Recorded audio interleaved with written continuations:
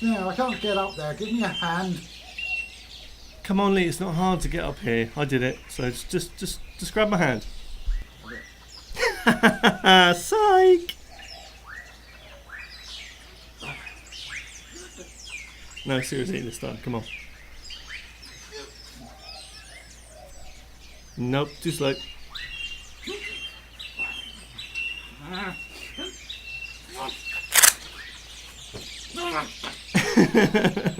Dude, calm down. There's no need for that. There's no need for that. Just be calm. Just be calm. Don't do anything rash. You shot me, you dick!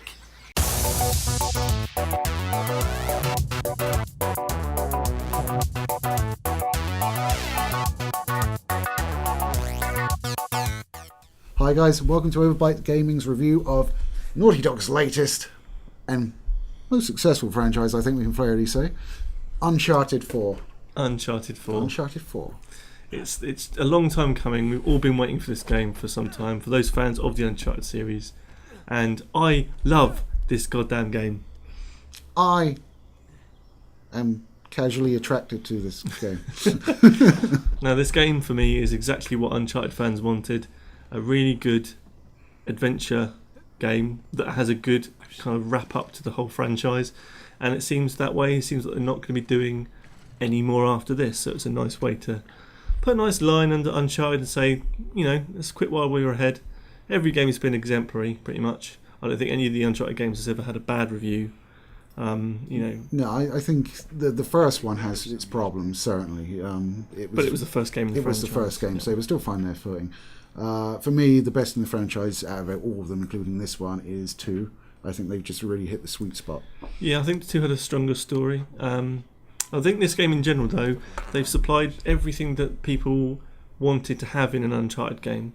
One of the big things I noticed was, in the previous games, you had big, epic, huge sections that, you know, there'd be a massive piece falling apart from a building, or there would be a massive explosion climbing up the side of a train or the side of a cliff, that kind of stuff.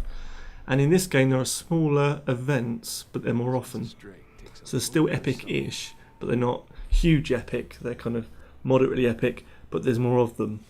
Yeah, I would think you would have, when you say Uncharted 2 to people, they think the train. When you say or the shipyard or stuff like that, they have these standout moments. But I don't think you're going to get that in Uncharted 4. You're going to think, okay, good game. You're not going to think of a specific moment that made you go, well, maybe one at the beginning actually, but it's for different reasons.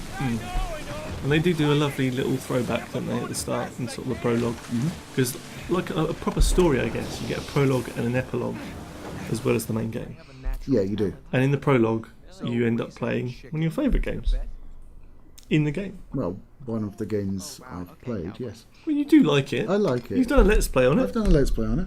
But you get to play Crash Bandicoot as, well, you get to play Crash Bandicoot, the game, in the home of Nathan Drake as Nathan Drake, which I think was just a lovely little kind of little salute to the older games.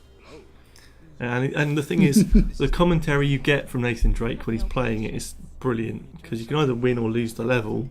I lost, I think you completed the level, didn't you? I completed the level, but I wasn't able to beat Alina's score. But there's bits like when you're jumping over a pit as Crash Bandicoot and you fall inside, he'll say, I'd climb out of that. That wouldn't kill me. What, I'm dead? Nah, that wouldn't happen. I think the stuff like that is really nice, because it's bringing kind of humanity to the game, more so than just pixels and art. Yeah, it's also a really nice juxtaposition. It literally has like the PlayStation loading screen as well. It's basically just saying, here's a port of this, play it. Well, play this a little bit anyway. But the juxtaposition between like going from sort of modern graphics and then having these 16-bit, yes? Probably more than that, isn't it? Crash Bandicoot? No, 32. Your PlayStation, wasn't it? 32. PlayStation 1. Yes, there was a multiple in there. But going from that to the 32-bit and then coming back and having it actually within that world, which you just sort of pan into the TV. I think that's really nice, because it just serves to demonstrate how much the graphics have come along. Yeah, absolutely. I think the the way they tell things in the game, the way that you have, I mean, most of the time you're with a companion in the game, and the way that those companions tell you where to go and interact with you and stuff, it's just so natural feeling that you never feel that you're watching something that's happening. You feel like you're making it happen, and they are actually reacting to you. And to pull that off, cause it's always it's an illusion, but to pull that off, well done, Naughty Dog. You've done a really good job there. Yeah, you do find yourself sort of looking to the other guys to find out where you should be going as well. So you'll be like, I've got no idea where I'm going. What's he looking at? Oh. Sometimes they're just staring over the side of a cliff because they can. Yeah, so you just hurry yourself off. Like, and they scream for you like, Nathan! And that's always something that's very amusing when you just can't be fucked anymore. Dun, dun, dun, dun, dun, dun, dun, dun. Well done. Metal Gear, yeah. Musical. But the game. We talked about a little bit about the gameplay, but we need to tell everybody about the story. Yes. I think because for those guys, I mean, you might be already familiar with the Uncharted series. It's not really that much different, but go ahead, tell them the story, Lee. The story is one that Nathan is no longer an adventurer. He is settled. He is living with his romantic interest from the previous games, and he's doing salvage operations and doesn't. He has a yearning to go back, but he's feeling responsible and doesn't want to.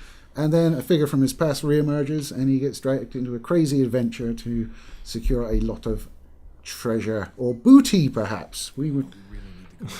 It would be booty in this context, I believe. Yes, I think so. But one of the nice bits of the level is where Nathan Drake is in his loft pretending that he's under fire, and he gets a toy gun and he's hiding behind things in his loft.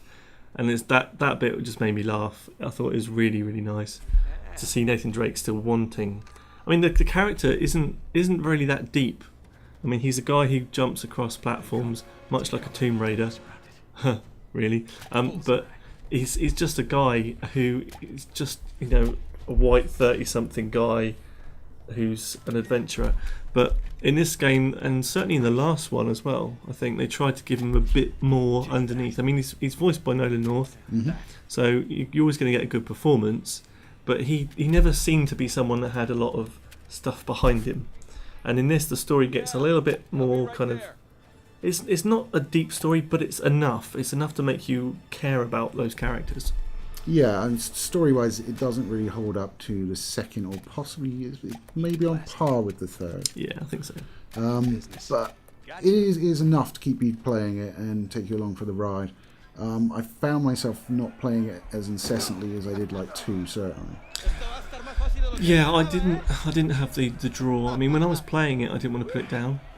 But I didn't feel the need to rush back home to play it or pick up, if I wasn't playing at the time. The game itself, it benefits from really good visuals on the faces and the emotions and the characters. I think they did a bit of a better job from 2 to 3, and I think the similar amount of improvement from 3 to 4. Using the PS4, they're using it to its full advantage, as they always have done with their games. Last of Us pretty much filled up Blu-ray discs with content. Yeah. They're just doing a good job. Naughty Dog is one of the premier developers out there for any games, and they are pretty much tied to PS4, aren't they? Yeah. So they're doing stuff for the tools they have really, really well. The facial stuff. I mean, there's a scene where you meet up with somebody. I don't want to give too much of the story away, but you meet up with somebody and there's an argument, and you can see the emotions of the characters building up, and that's something I don't think I've seen before, where you have eyes starting to go red, starting to glaze over and start to cry, and the emotion, the small quivers in lips and cheeks and eyes and stuff that you just don't seem to get very often. The last time I saw anything like that was L.A. Noire, where they literally filmed an actor's face and put it onto a character. Yeah, the performances were mocap for this game. So. But it's been translated really, really well. The textures have been done really, really well. Apart from some people's hair, so I think we both agreed on that. Yeah, and from some angles the hair looks kind of... Some characters it's really good, some characters it's not very good at all. Yeah, so if you sort of see it like a cross, you can see like hatching. Yeah. But most of the time, the actual facial parts, depending on where you are in the game, it's fantastic. It's brilliant to fantastic. It's not going to be terrible at any moment for the faces. You've got an issue with some of the other textures, haven't you? Yeah, I find it's a gorgeous game if you're standing still. The second you start moving, it starts throwing all these tricks at you by blurring background environments. If you spin around in a circle, it's just whoa. But they do that so they can maintain a solid 30, which I believe this game does. I couldn't really see that there were any frame drops, so it is 30 frames a second in the campaign, but it is consistent, so you get used to it, even if it's not 60. Yeah, I didn't notice any drops myself. I saw one or two popping of scenery from far in the background, but that happened literally one or two times. And I mean that in the truest sense of the word, literally. I didn't have any problems with the visuals myself. I think the motion blur kind of works because you're never spinning round like... I think we'll show that bit right now of your footage of you spinning round. Like a record, baby. But you're not going to be doing that very often in the one player. There will be times when you're wondering where things are coming from, but the gameplay gives you an idea of where that attack is coming from, and it's nicely put on screen. You don't really have anything on screen apart from what you're seeing, so the cinematic element is maintained for the most part. Yeah, to be fair, I mean, it was, I think, chapter 17 when I discovered that. So I hadn't noticed it to that point. Yeah, so there's 20 plus chapters. I can't remember how many there are, but there's a damn good amount of gameplay to get through. Not to mention you're exploring and finding treasures which give you points for later on to do things. Mm-hmm. But there is so much that you'll get out of this game, even at full price. I believe this is a value for money purchase, because you've got your single player campaign of story. It's not even a campaign; it's a fucking story. But you also have your multiplayer aspect, which runs at 60 frames per second. Yes. So that for me works really well. I played a couple of games just to try out the multiplayer. It does have a bit of depth. It does have upgrades and stuff. The 60 frames per second does make a big difference, because I don't think we've seen a AAA do that of any kind, doing a 60 frame on PS4, have we?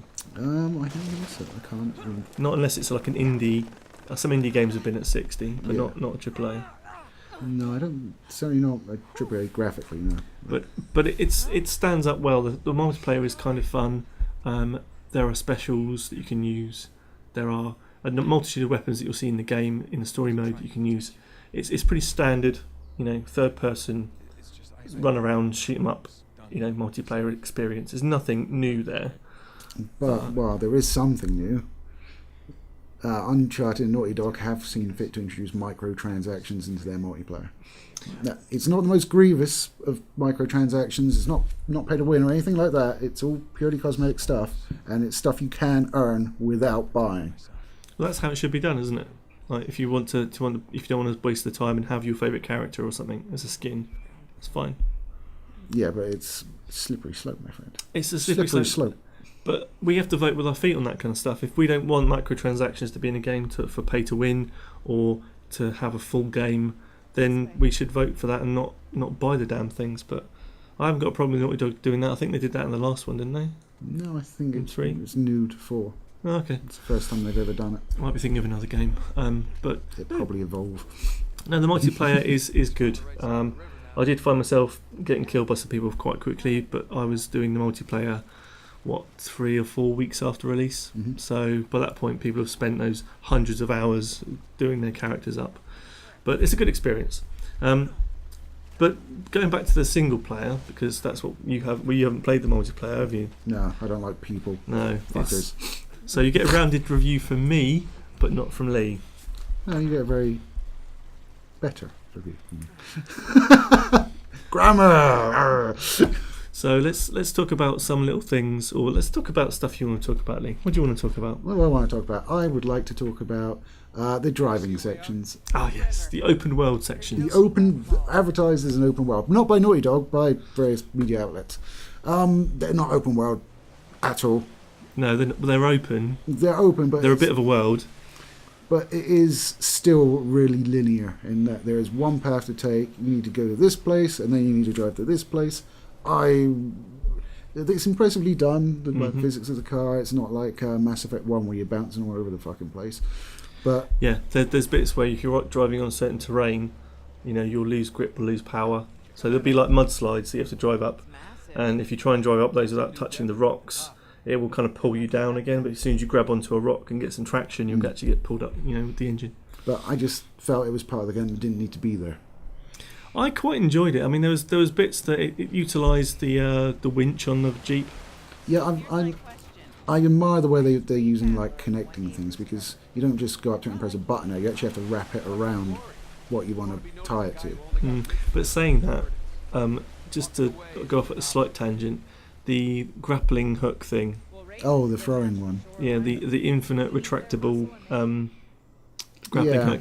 That was okay. I'll let that one slide because it was fun. Yeah, it was fun. But there's bits where you're connecting up with this grappling hook and you throw it up, and then you swing, and then somehow you'll be able to swing off but detach the hook at its source in midair, and it'll retract back onto your belt in a little nice tidy loop.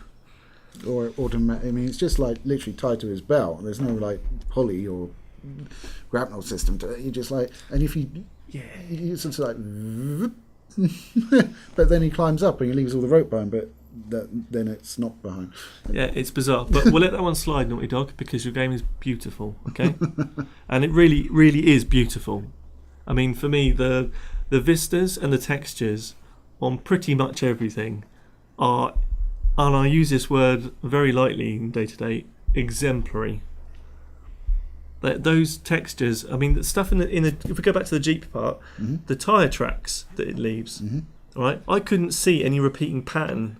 There must be, but if you come to a stop and you do a bit of a skid, right, or you have like an imprint from the mud, you look at the tyre tracks in this game and there will be no repeating pattern in those tracks. There'll be the tyre track, which would repeat, but the displaced mud either side is kind of looks random.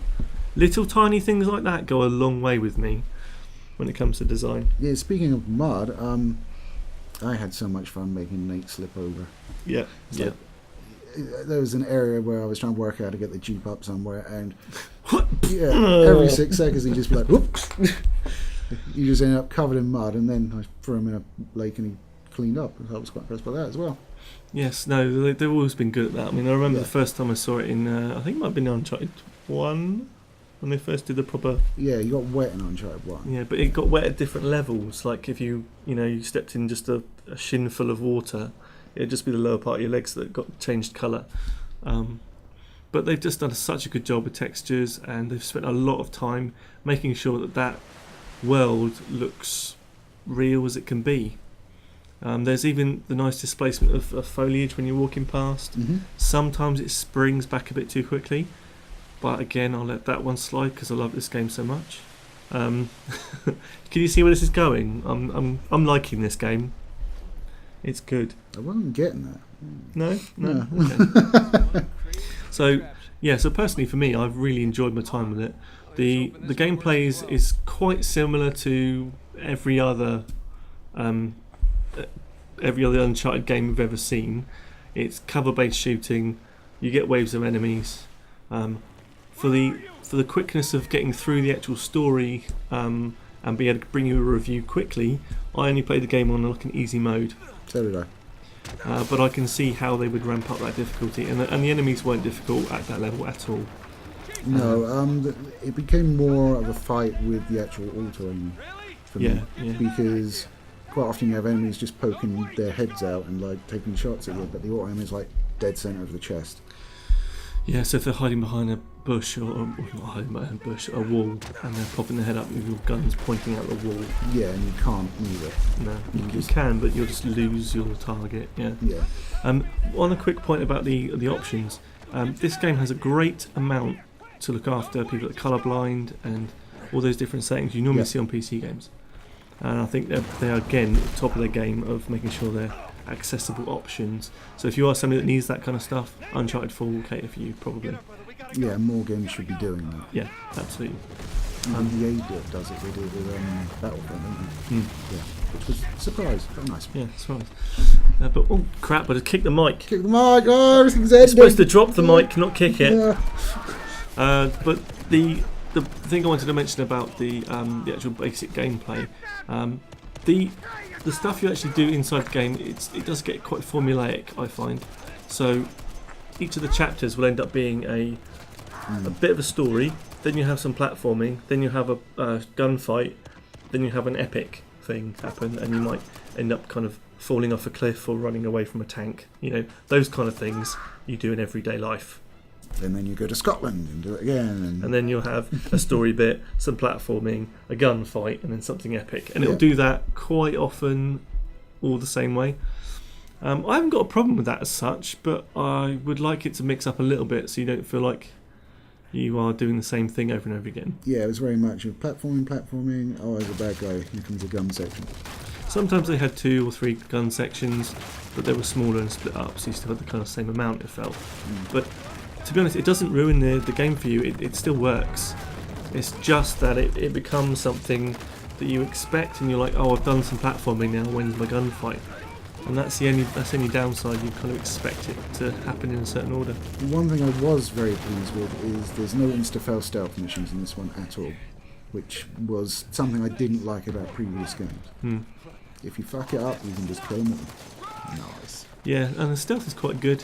You can hide in bushes that are kind of high-ish, but it always seems a bit fake that you can crawl about in a really open spread of bushes. I think they've implemented a stealth system where they've done enough to have a serviceable stealth system, but they haven't really.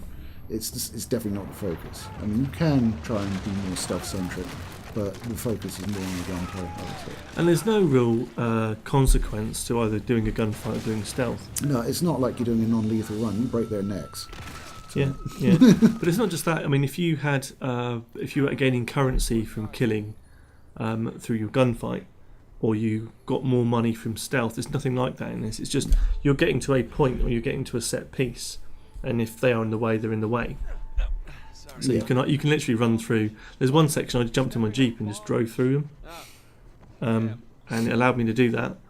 But that's fine. That's apparently what they wanted you to do. I did it anyway. Sometimes when you're in the Jeep, you do get some hints from your passengers as to where you should be going. The conversations in the Jeep, I loved that. I absolutely fucking loved that, because in the open world sections, I am doing air quotes. Yes, I recognise this fact. But when you're doing the open world sections and they're having a conversation, they're telling you a story about, I don't know, what was happening in an old adventure, and they're literally having a chat while on the car journey. There'll be a part where you get out of the Jeep because you want to go and have a look at that ruin that might have a treasure in it. And as you get out, you go, hold that thought, and then you'll go off, and they'll be talking, and it'll get sort of faded as you walk away.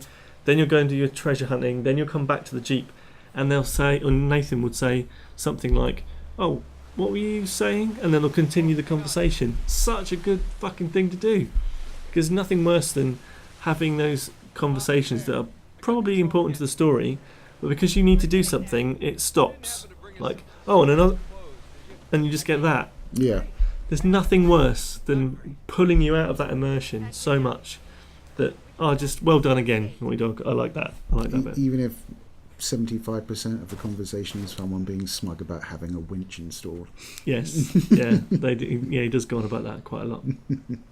But the game will give you a lot of enjoyment if you are the adventure, kind of action game type fan like me. We had a discussion the other day, not because you can't call it an action RPG because there's no levelling and RPG elements. I'll take that point on board. It is an action story game, action adventure game, but in the same vein as like Infamous, it's stuff like that, which probably is a bit more RPG because it's levelling. I'm going off on a tangent because I want to get the point out that I like this game. If you like these kind of games, you will like it. It's simple as that. Yeah, it's not the best Uncharted, in my opinion. It is an extremely good game. I'm not saying it isn't. I have my foibles with it, but at the end of the day, I was satisfied with it as a cap to the Uncharted series, and I enjoyed my time with it. I think there are things that are in it that could have been done better, definitely. But the overall enjoyment is... It doesn't matter at the end of the day. it's an Uncharted game. You like Nathan Drake, you play it. It's definitely, for me, it's the most polished, the most up-to-date version of Uncharted you'll get.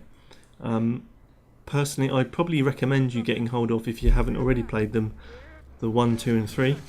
The Uncharted remastered collection. Yeah, get hold of that. It might be down in price by now, but I would strongly recommend playing those games because it's a lovely way to get the most out of the 4th, because it's a story game. You need to know the story, the backstory, before you get into this part. So, yeah. Plus, there's a lot of Easter eggs in number 4, from the journals from the past games to photos that were taken in them. So there's a lot, and you'll recognise if you've played the previous games.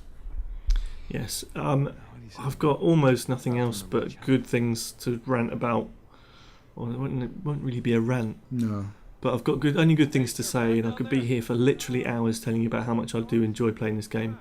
From the attention to detail, from the experience of the story, to the epicness. If you play it with headphones, you can, certainly with the PlayStation 2.0 headphones, the big blue ones that are wireless that I have, you see me using them on our Let's Plays. Those headphones have a specific setting that you can download for Uncharted 4. Gives you a nice surround sound feel. It's really good. It gives you a great sort of spatial awareness if you are getting shot at. Really, really good. It's just a nicely tied up piece for the PlayStation. To me, it's almost their flagship game right now. Oh, I would absolutely agree with that. I think the Uncharted games always have been. They were the games that the people that owned Xboxes looked at and went, damn it. Yeah, and I don't want people to not play the game. I really want it to be an experience for everyone, but it seriously is a game worth getting at full price. If it comes down in price, bargain, extra bang for your buck. But it's really, really, to me, it's worth the title price of what, 50 quid. I think it's 50, 55, something like that. But to me, you're going to get yourself at least 20 hours of fun out of it if you spend a couple of hours on the multiplayer. Yeah, and you might spend more on a couple. Yeah, and let's not forget, when you've actually completed the game and you've built up your treasures that you found, shining little dots around the place, once you've built those up at the end of the game, you'll have some points to spend, and you can change the game modifiers to do a second playthrough.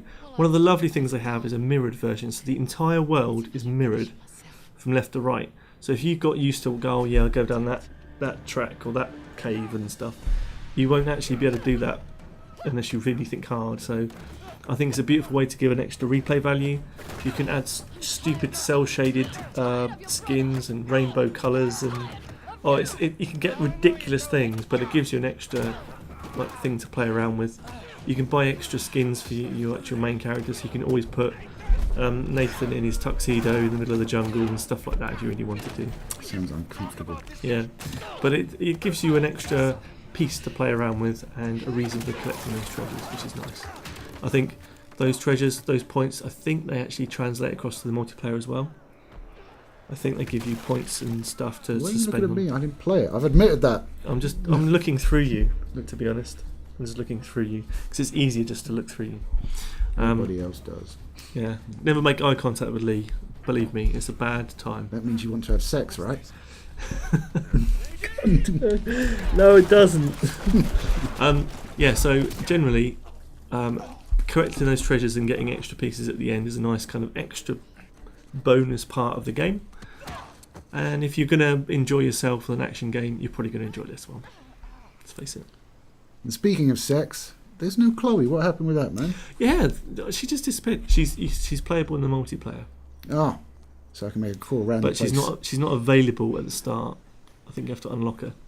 Oh, well, Yes, you have to unlock a woman. validating the microtransactions at least.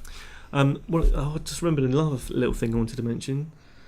If you're in a cave setup, right, in the game, which you will be at some point, and you're with a companion, I think you're with your wife at that point, Yes. and you take two separate routes, and then when you meet each other on the other side, they'll have a little exchange of, oh, hello, and they'll be just not needed, but they've put it in, and I really appreciate things like that. So, Bob on. nice one. So, marks out of 10 then. Let's round this off. Okay, I will give it an 8. Controversial, but Why do we lose 2 points? Because it's not as good as Uncharted 2, and I consider that a 9 out of 10 game. Okay, so it could be over 8.9. No, you cannot. Damn it! No, Fucking up our rating systems for one game. he says, crossing his arms. Okay, if we take it very objectively, because I do adore the game and I spent a lot of time enjoying it, I would probably have to say that I'd agree with you, because it's never going to be a perfect game. Perfect games don't exist. They're like unicorns. Right? So it's never going to be a 10. Unicorns Sorry, I've exist. just broken your life apart, haven't I? But yes, it's never going to be a perfect game. It's as close to being a perfect game in the PS4 world that you're going to get, I think. The only other game that comes close to it is Grand Theft Auto 5. Right, until Neo! Until what? PlayStation Neo. Okay, nice reference. Good. But the PlayStation has only really had the Grand Theft Auto 5 to be what I consider a almost perfect game. And this is not quite near that, so I'd actually agree with you, I have to say. That's 8 out of 10. Always right. No, but I'd concede that my love for the game is kind of overshadowed a lot of the bad points in it. But I think that's a sign of a good game if you can ignore those points and be still kind of grateful for the game. And I am. So grateful. Thank you, Naughty Dog, for a fantastic experience. We hope to see another one. And if you do a Last of Us 2 or fucking whatever you produce, it's always brilliant stuff. So please keep it up. Yes. You're one of my favourites. Love you. Thanks for watching the review. That's been the review of Uncharted 4. Yeah, and if you like what you saw, please feel free to subscribe, like, or comment down below. We listen to we read every comment, because We do listen as well. we have it's saying nothing. But we also produce videos for every Thursday and Saturday, like today. Well, today's when we launched it, but you might have watched it later. But yes, come and see us and subscribe and be nice and get involved and tell us how lovely we are. And of course, any games you want to see us play in the future, Let's Plays, let us know, and we'll try and make it happen for you. Absolutely. So guys, thanks for watching. Take care of yourselves, and we'll catch you next time. Take it easy, guys. Bye. How is that going to affect Jack? So you're trying to almost screw over the antagonist for the sake of the protagonist by making him make stupid decisions. So unusually, like in a game like this, I'd expect the main characters to have much more elaborate names. The user interface of like inventory management, skill management, all that stuff, it's absolutely atrocious. It just feels so cobbled together. Everything's there, you need to be there. It's just not in a way that makes it easy.